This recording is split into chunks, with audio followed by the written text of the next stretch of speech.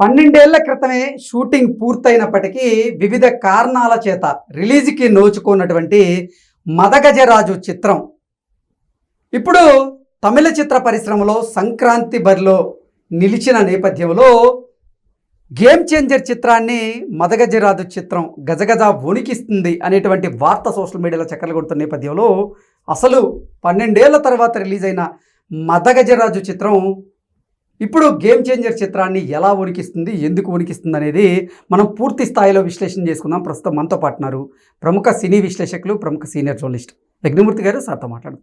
Sir నమస్తే. Sir నమస్తే కృష్ణ.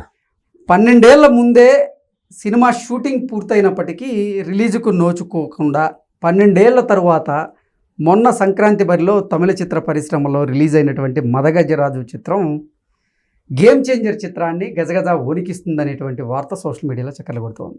కారణం ఏంటి సార్? నిజంగా చెప్పాలంటే తమిళంలో పెద్ద పోటీ లేదని చెప్పాలి. యాక్చువల్గా అజిత్ సినిమా ఒకటి, యాక్చువల్ 2 సినిమాలు లైన్లోకి వచ్చినా కానీ ఏది కూడా రిలీజ్ కాల. ఒకటి గుడ్ బ్యాడ్ అగ్లీ అని ఒకటి, ఇంకొకటి విడాయమూర్చి అని చెప్పేసి ఒకటి. ఓకే. ఈ 2 సినిమాలు కూడా యాక్చువల్గా అయితే first good bad ugly release అవుతుందని చెప్పి పోస్టర్ వేశారు. తర్వాత దాని ప్లేస్లో అది వెనక్కి వెళ్ళిపోయి విడాయమూర్చి సినిమా వచ్చింది. అది లైకా ప్రొడక్షన్స్ వాళ్ళది. కానీ అది కూడా దాన్ని కూడా ఆగిపోయింది. అది సో ఎటు కాకుండా అంటే పొంగల్కి రావాల్సినటువంటి అజిత్ సినిమాలు 2 కూడా ఏది రాకుండా పోయాయి. దీంతో ఎప్పుడో 12 సంవత్సరాల క్రితం రిలీజ్ కావాల్సినటువంటి మదగజరాజా సినిమాని ఇప్పుడు రిలీజ్ చేశారు. సుందర్ సి డైరెక్టర్, దానికి ఖుష్బూ హస్బెండ్. సో తను తెలుసు మనకి, తను థ్రిల్లర్స్ బాగా తీస్తాడు, అలాగే కామెడీ బాగా తీస్తాడు, మాస్ కామెడీ బాగా తీయగలడు. అట్లా మన ఈ మధ్య క్లిక్ అనే ఒక సినిమా వచ్చి పెద్ద హిట్ అయింది అది. సో ఇప్పుడు ఈ సినిమా ఇది ఎప్పుడు యాక్చువల్గా 2013 పొంగల్కి రెడీ చేశారు. అప్పుడు రిలీజ్ కావాలి అది. కానీ అప్పుడు ఏవో కారణాల వల్ల, అంటే నిర్మాతలు ఎదుర్కొన్నటువంటి ఆర్థిక పరమైనటువంటి ఇబ్బందుల వల్ల అది అప్పుడు రిలీజ్ కాలేదు. సో అది సినిమా రిలీజ్ కావడం లేదని చెప్పేసి కొంతమంది దాని మీద గొడవ చేయడంతో అది ఆగిపోయింది. అప్పటి నుంచి అవాంతరాలు ఎదుర్కొంటూనే ఉంది.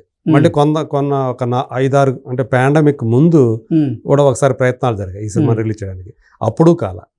మరి ఇప్పుడు 12 సంవత్సరాల తర్వాత ఇప్పుడు అదే పొంగల్కి సినిమా వచ్చింది. యాక్చువల్గా అయితే ఇంకొక సినిమా అయితే ఏది బతకదు ఇట్లాంటి టైం. ఎందుకంటే విషయాలు కూడా 12 ఏళ్ల క్రితం ఇంకా కుర్రాళ్ళగా కనిపిస్తా ఉన్నాడు బాగా. వరలక్ష్మి శరత్ కుమార్ ఒక హీరోయిన్, 2 హీరోయిన్లు ఒక హీరోయిన్ నటించింది. ఆమెకి ఇది హీరోయిన్కి 2వ సినిమా. మన తెలుగు అమ్మాయి అంజలి ఇంకొక హీరోయిన్. సో అలాంటి ఆ సినిమా ఇప్పుడు రిలీజ్ అయిపోయి ఏకంగా 9 రోజుల్లోనే 43 కోట్ల రూపాయల గ్రాస్ కలెక్ట్ చేయటం అనేది అక్కడ వాళ్ళందరినీ కూడా, కోలీవుడ్ వాళ్ళందరినీ కూడా విస్మయానికి గురి చేస్తుందని చెప్తూ ఉన్నారు. సో ఈజీగా రాబోయే రోజుల్లో 50 కోట్ల గ్రాస్ మార్క్ని ఈజీగా అందుకుంటుంది. ఒక రకంగా చెప్పాలంటే బ్లాక్ బస్టర్ రేంజ్ అయిందని చెప్పాలి. సరే, అంటే 12 సంవత్సరాల తర్వాత రిలీజ్ అయినటువంటి మదగజరాజు చిత్రం ఇంత బ్లాక్ బస్టర్ విజయం సొంతం చేసుకోవడం కారణం అంటే విశాల్ అనారోగ్యంగా ఉన్నాడు అంటూ హైప్ రావడమేనా, లేదంటే కథలో బలం ఉండి సినిమా నిజంగా సూపర్ టాక్ వచ్చింది కాబట్టే ఇంత కలెక్షన్లకు కొల్లగట్టగలిగిందా అంటే ఏం చెప్తారు? ఇది నిజానికి కథ పెద్ద విషయం ఉన్న కథ కూడా కాదు. 4-5 స్నేహితులు, క్లాస్మేట్స్, అందులో ఒక్క హీరో మాత్రమే ఒక స్టేజ్లో ఉంటాడు. మిగతా 4 కూడా కష్టాల్లో ఉంటారు, ఇబ్బందులు ఎదుర్కొంటూ ఉంటారు జీవితాల్లో. వాళ్ళని ఎలా ఒక గార్డెన్ తీసుకొచ్చాడు, వాళ్ళ జీవితాన్ని ఎలా చక్కదిద్దాడు అనేదే కథ ఇది. అతను హీరో. సో దీన్ని సంతానం అనే ఒక కమెడియన్ని పెట్టుకొని అతనితోటి మంచి కామెడీ పండించడమే ఈ సినిమా విజయానికి కారణం అని చెప్పాలి. హీరోయిన్లు కూడా పెద్దగా కథలో ప్రాధాన్యం ఉన్నటువంటి పాత్రలు కాదు వాళ్ళిద్దరూ. ఈ చిత్ర విడుదలకి ముందు మనం చూసుకున్నట్లయితే విశాల్ గారు అనారోగ్య సమస్యలతో ఇబ్బంది పడుతున్నారు. అతను అసలు మాట్లాడేందుకు కూడా ఆయనకి తన ఆరోగ్యం సహకరించట్లేదు, వణుకుతున్నాడు అంటూ ఒక హైప్ అయితే తీసుకొచ్చింది ఆ సినిమాకి. అవును, ఆ హైప్ వల్ల ఆడిందా, లేదంటే నిజంగా అసలు ఆ సినిమాలో దమ్ముండి? ఇవాళ రోజుల్లో సినిమాలో దమ్ము లేకపోతే మీరు ఎన్ని గిమ్మిక్కులు చేసినా ఆవాడు. సో మనకు తెలుసు, ఇక్కడికి వచ్చినప్పుడే తెలుగులో రిలీజ్ చేయడానికి ఇక్కడ హైదరాబాద్కు వచ్చి మాట్లాడుతున్నప్పుడే మనం చూసాం. అది అతను మైక్ను కూడా ఇట్లా వణికిపోతుంది పట్టుకుంటే. అంటే అతను విపరీతమైనటువంటి జ్వరంతో ఉన్నాడు ఆ రోజు. పైగా ఢిల్లీ నుంచి వచ్చి ఉన్నాడు అతను. సో దాంతో ఏమైంది అసలు విశాల్కి, ఏమన్నా తీవ్రమైనటువంటి అనారోగ్యానికి గురయ్యాడా, ఇంకా వేరే విశాల్ ఏదైనా- నుంచి సినిమాలు రావా, ఇదే చివరి చిత్రమా అన్న రేంజ్లో అసలు ఏమైపోయింది. ఎందుకంటే మనిషి కూడా అట్లా ఉన్నాడు. ఖుష్బూ చెప్పారు తను వైరల్ ఫీవర్తో బాధపడుతున్నాడు, కానీ తన సినిమా రిలీజ్ అవుతుండటంతో తన బాధ్యతగా భావించి దాని ప్రమోషన్లో పాల్గొనాలనే ఉద్దేశంతో వచ్చాడు. సినిమా మీద అతనికి ఉన్నటువంటి ప్యాషన్కి, కమిట్మెంట్కి ఇది నిదర్శనం అని చెప్పి ఆమె కూడా, ఎందుకంటే ఆమెకు మంచి స్నేహితుడు విశాల్. ఓకే. సో ఆ అనుబంధం కూడా మనకు ఆ స్టేజ్ మీదే వాళ్ళు హక్ చేసుకోవటంలో అని మనకు కనిపించింది. ఈవెన్ తమిళనాడు చెన్నైలో పెట్టినప్పుడు కూడా ప్రమోషనల్ ఈవెంట్, అక్కడ కూడా వాళ్ళిద్దరి మధ్య ఉన్నటువంటి బంధం చాలా చక్కగా అందరికి కూడా కనిపించింది. ఈవెన్ విశాల్ కూడా సినిమా కోసం ఎంత కష్టపడతాడు ఏంటి అందరూ కూడా చెప్తూ ఉంటారు. సో అందులో భాగంగానే అతను అంత, ఇంకొకళ్ళు అయితే అతను ఉన్న పరిస్థితులు మనమే చాలా బాధ వేసింది. రావాల్సిన అవసరమే లేదు, అంతసేపు ఆడు కూర్చొని టైం వెచ్చించి ఒక పక్కన మొత్తం మనిషే వణిగిపోతూ ఉన్నాడు. ఇంకొకళ్ళు అయితే రెస్ట్ పడుకోవాలనుకుంటారు, రెస్ట్ తీసుకోవాలనుకుంటారు. అలాంటిది అతను వచ్చి ఈవెంట్కి వచ్చి అంతసేపు కూర్చొని మాట్లాడి వెళ్ళటం అనేది అతని కమిట్మెంట్కి నిదర్శనంగా చెప్పాలి. అయితే ఈ సానుభూతి సినిమా కలెక్షన్స్ మీద ప్రతిఫలించదు ఎప్పుడూ కూడా. ఓకే. సో ఆ విషయం అక్కడ ఏంటంటే, అయితే వైరల్ ఫీవర్ విశాల్ని గజగజ వణికిస్తే విశాల్ చిత్రం అయినటువంటి మజగజరాజు మాత్రం గేమ్ చేంజర్ని గజగజ వణికించింది అనేటువంటి వార్తలు చూసాం. అదే కలెక్షన్ పరంగా ఇప్పుడు అక్కడే కోలీవుడ్లో అది కూడా పోల్చి చెప్తూ ఉన్నారు. ఒక పక్క ఎప్పుడో 12 సంవత్సరాల క్రితం రావాల్సిన ఒక సినిమా ఇప్పుడు శంకర్ తీసినటువంటి, మరి వాళ్ళ టాప్ డైరెక్టర్ అవును తమిళంలో, ఆయన తీసినటువంటి గేమ్ చేంజర్తో పోటీ పడింది. పోటీ పడి అది నెగ్గింది. ఎప్పుడో పాత సినిమా, అంటే ఆ షూటింగ్ ఇంకా ముందు జరిగి ఉంటుంది. 12 ఏళ్ల క్రితం కంటే ముందు తీసిన సినిమానే శంకర్ సినిమాని డామినేట్ చేసి ఇంత విజయం సాధించింది.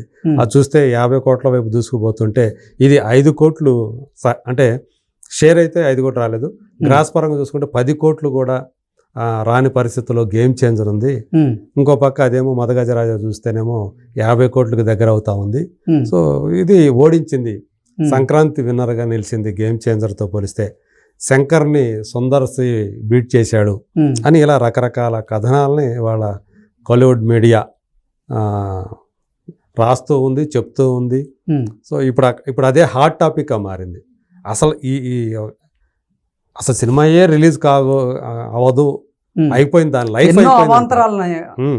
అసలు విశాలే నమ్మలేదు ఈ సినిమా రిలీజ్ అవుతుందంటే, విశాలే నమ్మలేదు.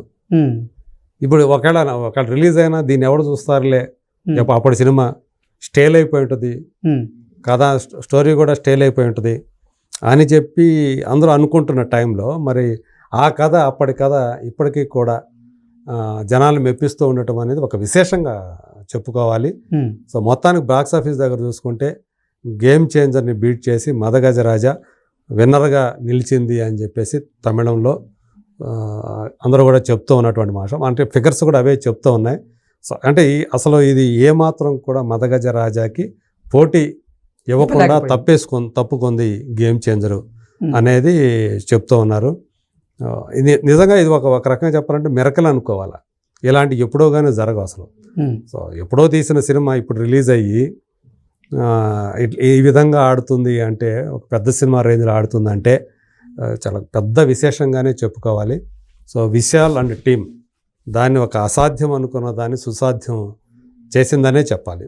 సో దాని ముందు ఇప్పుడు తీసిన సినిమా, అది ఒక పెద్ద డైరెక్టరు, గ్లోబల్ స్టార్ ఇమేజ్ ఉన్నటువంటి యాక్టర్ నటించినటువంటి సినిమా. సో అది నిలబడలేకపోవటం అనేది తమిళనాట స్పష్టంగా కనిపిస్తున్నట్టు ఒక ప్రత్యేక అంశంగా మనం చెప్పుకోవాలి. Okay sir, thank you.